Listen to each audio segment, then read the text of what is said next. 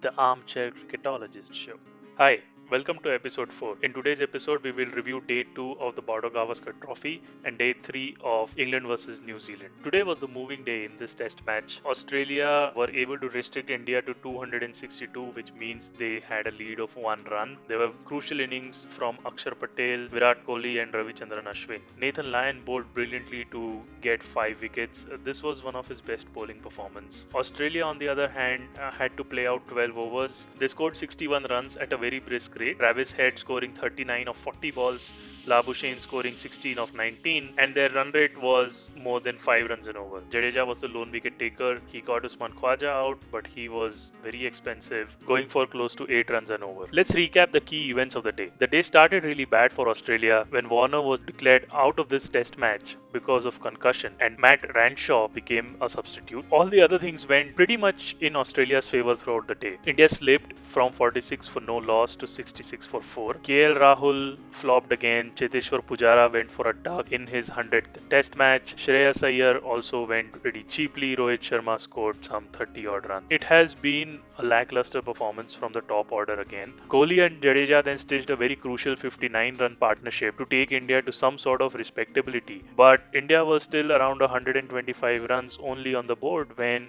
Jadeja got out. And then Shrikar Bharat came in, tried to up the ante, couldn't do that, got out. And then India was again reeling at 139 for 7. When Ashwin and Akshar came together, they stitched a 114 runs partnership, which was extremely crucial for India to narrow the lead and concede a deficit of only 1 run to Australia. My whole take on India's batting was it was a very timid effort. They kept defending the ball where they were not even looking at scoring the runs. And this has been a problem for India since a very long time. Whenever they play in India, especially the top order, doesn't have a very clear plan of attacking the spinners. So what happens is when you just try to defend the ball either on the front foot or on the back foot, the spinners get into a good rhythm and they get a good spot to ball on. So it is very difficult to disturb that rhythm if you're just defending or blocking the ball. I think there was need for some innovative shots, dancing down the wicket, trying some sweeps, trying some reverse sweeps in order for India to put some pressure on the Aussie bowlers. I think even in that partnership between Kohli and Jadeja, the Aussie bowlers never looked under pressure. They were always in the game. Jadeja survived very close LBW calls. He was dropped a couple of times by Steve Smith. So Indian top order really needs to step up if they have to survive on these wickets. They are just plain lucky to have aggressive players down the order. So if you look at India's history over the past few years now, it has been the contributions from either Rohit Sharma, who has been brilliant on top and he's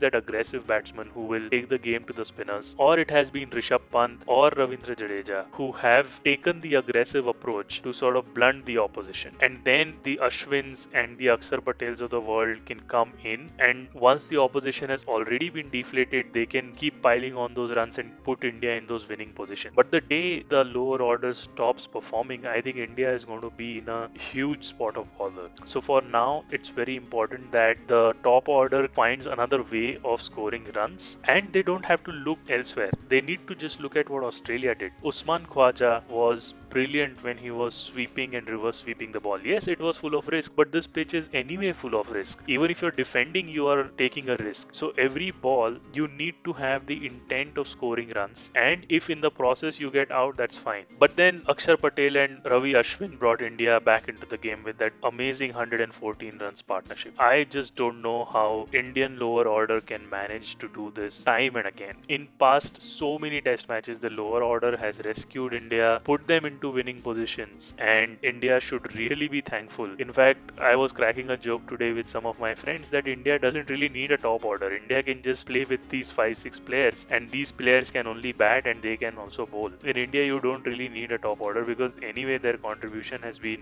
very minimal. There was another huge controversy in Kohli's dismissal. So he was given out by the umpire LBW. He thought he had hit the ball, so Kohli immediately went for a review. On replays, it was observed observed, the ball was very close to the bat when it hit the pad. So some people thought that it was pad first and bat second, and some people thought otherwise. The third umpire eventually thought that the ball had hit the pad first and then hit the bat, which meant Kohli was given LBW. The on-field decision stood as is. Lot of different point of views on this. I agree with what Sunil Gavaskar was saying on air, that the third umpire needs to have conclusive evidence to overturn the on-field umpire's decision. In this case, there was no conclusive evidence. It was very confusing whether the ball had hit the bat or the pad. So in my opinion, the third umpire took the right decision. It was frustrating for an Indian fan, obviously, because Kohli was looking really good. He was defending solidly, and just a few balls before he got out, he was showing that intent, and that wicket put India on the back foot. Australia then counter-attacked nicely. They came out with clear intent. They started attacking the spinners, and they look poised to take a big lead. What do teams look out for tomorrow? Australia, I'm pretty sure, would like to get a lead of at least 200. A safe lead is around 150, but they would like to go slightly over par to 200. They can continue with their aggressive approach.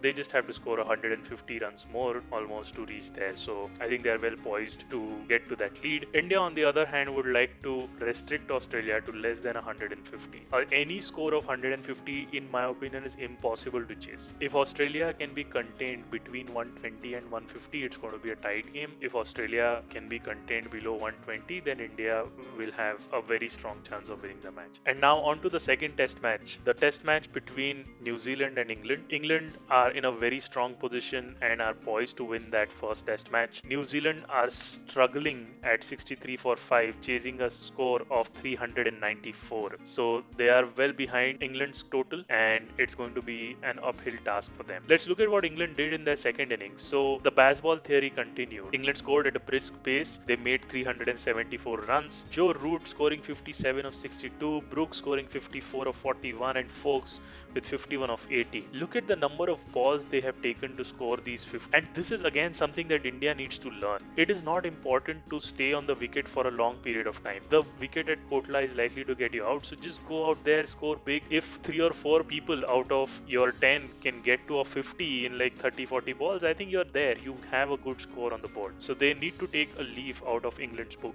New Zealand certainly did not do that, so they are tottering again at 63 for 5. Good old Stuart Broad taking 4 for 21 in his 10 overs and breaking the back of New Zealand's batting. Ollie Robinson supporting him well with 1 for 34. As I said yesterday, this test match will probably get over tomorrow unless New Zealand pulls off a miracle, which looks highly unlikely.